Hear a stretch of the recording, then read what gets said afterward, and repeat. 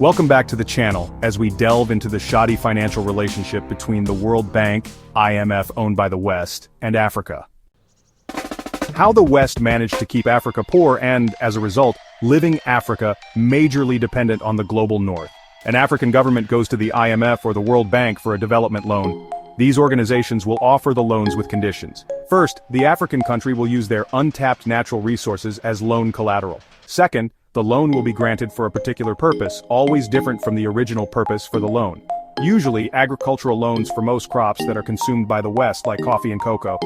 Third, if the loan is granted for construction projects, the African country will use a designated company assigned by the lender, usually a Western company. These companies will have the right to use a subcontractor, usually Chinese. By the time the project is completed, all the money from the loan is back in the hands of those in the West and some in China, while the African country is left with nothing. The company didn't pay any taxes and they also brought in all their labor, which means Africans were never employed. Now the African country can't generate any revenue from the project because the local labor wasn't used and no taxes were raised, so they cannot afford to pay back the loan.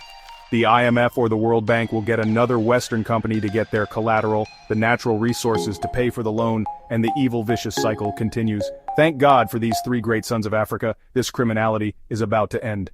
Isn't it time for Africa to set up one strong financial institution, fully owned and financed by African governments? Let us know what you think in the comments section. Please don't forget to like, share, and subscribe so when we post videos like this you'll be notified.